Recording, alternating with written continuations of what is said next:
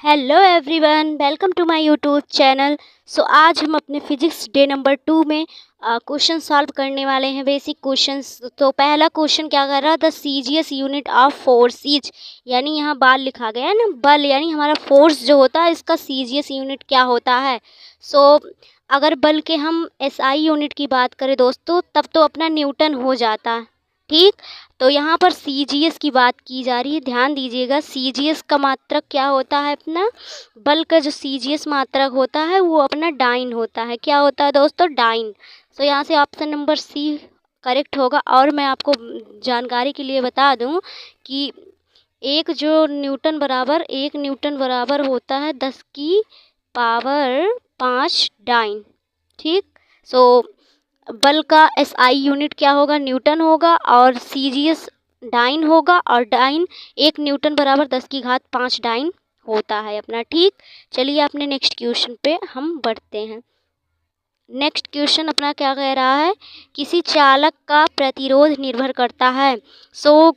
कोई कंडक्टर है और उसका जो प्रतिरोध यानी रेजिस्टेंस है वो किस पर निर्भर करता है।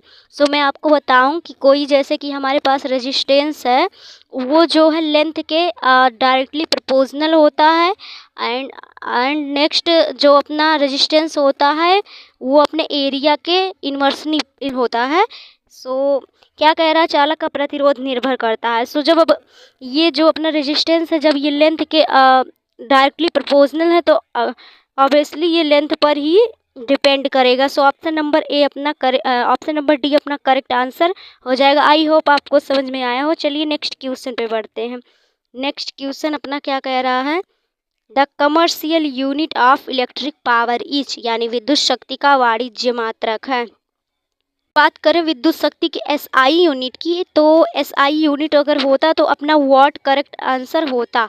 यहाँ पर कमर्शियल मात्रक पूछ रहा है, यानी वाणिज्य मात्रक पूछ रहा है, तो किलोवाट घंटा अपना करेक्ट होगा। और 1 किलोवाट घंटा बराबर 1 यूनिट होता है जिसमें आपकी बिजली की बिल आती है। एंड अगर हम और बात करें 1 किलोवाट मतलब 1 किलोवाट घंटा बराबर कितना होता है, 3.6 इंटू 10 की पावर 6 न्यूटन होता है। आप इसको भी याद रख लीजिएगा, ये भी आपके एग्ज़ाम में पूछा जा सकता है।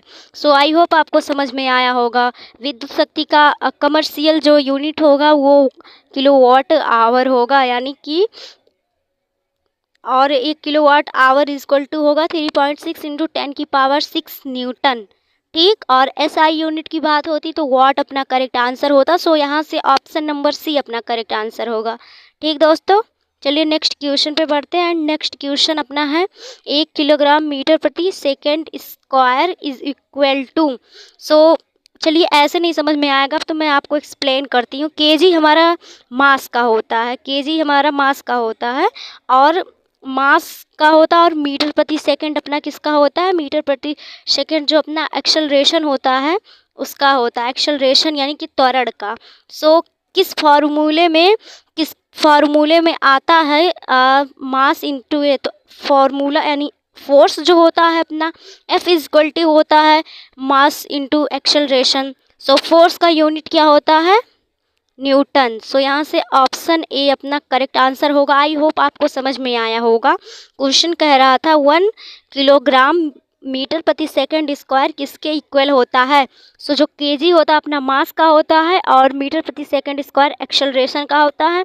इसके अकॉर्डिंग जो फोर्स होता है, फोर्स में मास इंटू एक्सेलरेशन आता है, एंड तो फोर्स का अपना यूनिट यहाँ पर होता है न्यूटन। यहाँ से अपना न्यूटन करेक्ट आंसर हो जाएगा। एंड अगर अदर ऑप्शंस की बात करें, अदर ऑप्शंस में क्या दिया गया है, 1 जूल ये अपने कार्य का मात्रक होता है। 1 किलोवाट घंटा बराबर मैंने अभी आपको बताया 3.6 गुणा 10 की घात 6 न्यूटन के बराबर होता है। आई होप आपको समझ में आया होगा। चलिए अपने अगले क्वेश्चन पे बढ़ते हैं दोस्तों। आज का अगला क्वेश्चन क्या कह रहा है, 1 टेस्ला इज इक्वल टू। सबसे पहले मैं आपको बताऊँ टेस्ला होता क्या है। टेस्ला जो है दोस्तों अपने चुंबकीय क्षेत्र का मात्रक होता है। आप इसको याद रख लीजिएगा, यूनिट वगैरह पूछ सकता है। ये अपने चुंबकीय क्षेत्र का मात्रक होता है ना। यहाँ से ये हो गया। तो कह रहा है 1 टेस्ला बराबर होता है, तो कितने के बराबर होता है यही पूछा जा रहा है अपने क्वेश्चन में। 1 मिनट में इसको इरेज कर दूँ। हाँ, तो क्या 10 की घात 1, ये जी लिखने का मतलब गाउस में है। ठीक दोस्तों, गाउस आप इसको समझिएगा। क्या 10 की घात 1 गाउस, या 10 की घात 2 गाउस, या 10 की घात 3 गाउस, या 10 की घात 4 गाउस। तो टेस्ला अपना जो होता है ये अपने चुंबकीय क्षेत्र का मात्रक होता है, और 1 टेस्ला इज इक्वल टू जो होता है 10 की पावर 4 गाउस होता है। ये आप याद रख लीजिएगा, बहुत ज़्यादा बेसिक एंड इम्पॉर्टेंट क्वेश्चंस इस वीडियो में है। चलिए आप अपने नेक्स्ट क्वेश्चन पे बढ़ जाते हैं। नेक्स्ट क्वेश्चन क्या कह रहा है दोस्तों अपना, what is the first law of motion, यानी गति का पहला समीकरण क्या है। सो क्या है गति का पहला समीकरण, क्या S is equal to I T half A T square है, या फिर B is equal to U plus A T है, या फिर V स्क्वायर, ये इसको स्क्वायर आप समझ लीजिए, टाइपिंग में मिस्टेक होगा, या V square is equal to U square minus 2as है, या फिर ऑल है। सो गति का पहला नियम अपना क्या होता है, V बराबर यू प्लस ए टी। और ये क्या क्या शो करता है, सो गति का पहला नियम जो होता है ये अपना और समय को दर्शाता है। और गति के दूसरे समीकरण की बात करें तो ये अपना गति का दूसरा समीकरण होता है, S बराबर यू टी, यहाँ यू होना चाहिए था, यू टी।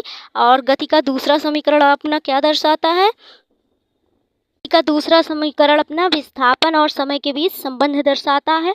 चलिए लगे हाथ गति के तीसरे समीकरण के बारे में बात कर लेते हैं। गति का तीसरा समीकरण जो होता है V square is equal to U square minus 2s होता है, और ये जो है अपने वेग और अपने विस्थापन के बीच से संबंध दर्शाता है। सो अगर आपसे क्वेश्चंस ऐसे भी पूछ सकता है कि गति का समीकरण पहला समीकरण क्या दर्शाता है। अगर ऐसे पूछे गति का पहला समीकरण क्या दर्शाता है तो वेग और समय के बीच संबंध, और दूसरे के बारे में पूछे तो विस्थापन और समय के बीच संबंध, और गति के तीसरे समीकरण के बारे में पूछे तो वेग और विस्थापन के बीच संबंध दर्शाता है। मैंने सब समझा दिया आपको, और यहाँ से अपना ऑप्शन नंबर बी करेक्ट होगा। गति का पहला समीकरण होता है B बराबर यू प्लस ए टी।